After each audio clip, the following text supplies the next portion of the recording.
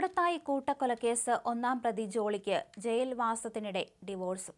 ജോളിക്കെതിരെ ഭർത്താവ് പൊന്നാമറ്റം ഷാജു സക്കറിയാസ് നൽകിയ വിവാഹമോചന ഹർജി കോഴിക്കോട് കുടുംബ കോടതി അനുവദിക്കുകയായിരുന്നു.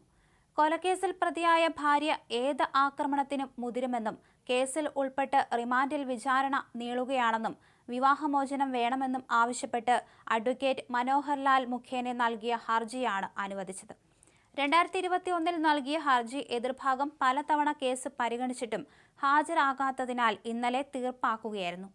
കൂടത്തായി കൂട്ടക്കൊലക്കേസിൽ താൻ നിരപരാധിയാണെന്ന് അറസ്റ്റിലായ ജോളിയുടെ രണ്ടാം ഭർത്താവ് ഷാജു പ്രതികരിച്ചിരുന്നു. കേസിൽ തന്നെ കുടുക്കാനാണ് ജോളി ശ്രമിക്കുന്നത്. താൻ കുറ്റം സമ്മതിച്ചുവെന്ന വാർത്ത വാസ്തവവിരുദ്ധമാണെന്നും ഷാജു പറഞ്ഞിരുന്നു. ജോളിയുടെ കാര്യത്തിൽ തനിക്ക് ജാഗ്രത കുറവ് ഉണ്ടായി.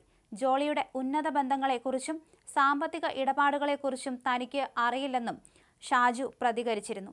അന്വേഷണ സംഘം ഷാജുവിനെ കസ്റ്റഡിയിലെടുത്ത് മണിക്കൂറുകളോളം ചോദ്യം ചെയ്തിരുന്നു.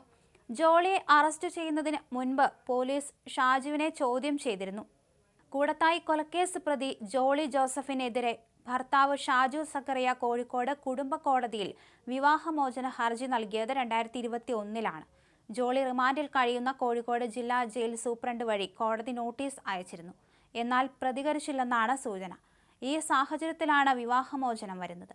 6 കൊലപാതക കേസിൽ പ്രതിയായ ഭാര്യയുടെ ക്രൂരത ചൂണ്ടിക്കാണിച്ചാണ് വിവാഹമോചന ഹർജി നൽകിയത്. തന്റെ ആദ്യ ഭാര്യയെയും മകളെയും കൊലപ്പെടുത്തിയത് ജോളിയാണെന്നും തന്നെയും കേസിൽ പ്രതിയാക്കാനായി വ്യാജമൊഴി നൽകിയെന്നും ഹർജിയിൽ പറയുന്നുണ്ട്. ഷാജുവിന്റെ ആദ്യ ഭാര്യ സിലിയുടെയും ജോളിയുടെ ആദ്യ ഭർത്താവ് റോയിയുടെയും മരണത്തിന് ശേഷമാണ് റോയിയുടെ പിതൃസഹോദര പുത്രനായ ഷാജുവും ജോളിയും വിവാഹിതരാകുന്നത്. ഈ 2 മരണങ്ങൾ ഉൾപ്പെടെ ഇരുവരുടെയും കുടുംബത്തിൽ നടന്ന 6 മരണങ്ങളും കൊലപാതകമായിരുന്നു.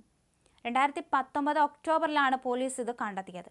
ജോളിയുടെ ഭർത്താവ് പൊന്നാമറ്റം റോയ് തോമസ്, റോയിയുടെ മാതാപിതാക്കളായ ടോം തോമസ്, അന്നമ്മ തോമസ്, അന്നമ്മയുടെ സഹോദരൻ മാത്യു മഞ്ചാടിയിൽ, ഷാജുവിന്റെ ഭാര്യ സിലി, മകൾ ആൽഫൈൻ എന്നിവരാണ് മരിച്ചത്.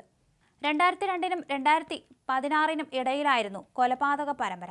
ഭക്ഷണത്തിൽ സയനൈഡ് കലർത്തി 6 പേരെയും ജോളി കൊലപ്പെടുത്തിയെന്ന് പോലീസ് കണ്ടെത്തിയിരുന്നു. സംഭവിച്ചത് കൊലപാതകമാണെന്നും ജോളിയാണ് പ്രതിയെന്നും അറിയാതെയാണ് വിവാഹത്തിന് സമ്മതിച്ചതെന്നാണ് ഷാജുവിന്റെ വാദം. ഈ വിവാഹമോചന ഹർജിക്കാണ് തീർപ്പുണ്ടാകുന്നത്. ക്രൂരമായ കൊലപാതകങ്ങൾ നടത്തിയ ആളോടൊപ്പം ഇനി ജീവിക്കാനാകില്ല. ജോളിയുടെ മനോനില മാറ്റമില്ലാതെ തുടരുകയാണെങ്കിൽ അത് തന്റെ ജീവന് തന്നെ ഭീഷണിയാകുമെന്നും ഷാജു നൽകിയ ഹർജിയിൽ ആരോപിക്കുന്നുണ്ട്. 2017 ഷാജുവും ജോളിയും വിവാഹം കഴിക്കുന്നത്. ഷാജുവിന്റെ ആദ്യ ഭാര്യ സിലിയുടെയും ജോളിയുടെ ആദ്യ ഭർത്താവ് റോയിയുടെയും മരണത്തിന് ശേഷം ഇരുവരും പുനർവിവാഹിതരാവുകയായിരുന്നു. സർക്കാർ ജീവനക്കാരനായ ഷാജുവിനെ കെട്ടാൻ വേണ്ടിയാണ് ജോളി കൊലകൾ നടത്തിയതെന്ന് സൂചനയുണ്ട്. ജോളിയുടെ ആദ്യ ഭർത്താവ് റോയിയുടെ പിതൃസഹോദര പുത്രനാണ് ഷാജു. സിലിയെയും റോയിയെയും ജോളി വിഷം നൽകി കൊലപ്പെടുത്തി. ഇതുകൂടാതെ ഇരുവരുടെയും കുടുംബത്തിൽ നടന്ന 4 മരണങ്ങൾ കൂടി ജോളി നടത്തിയ കൊലപാതകമാണെന്ന് 2019 ഒക്ടോബറിൽ പോലീസ് കണ്ടെത്തിയിരുന്നു. കൂടത്തായി കേസിലെ സാക്ഷിയും കൂടിയാണ് ഷാജു.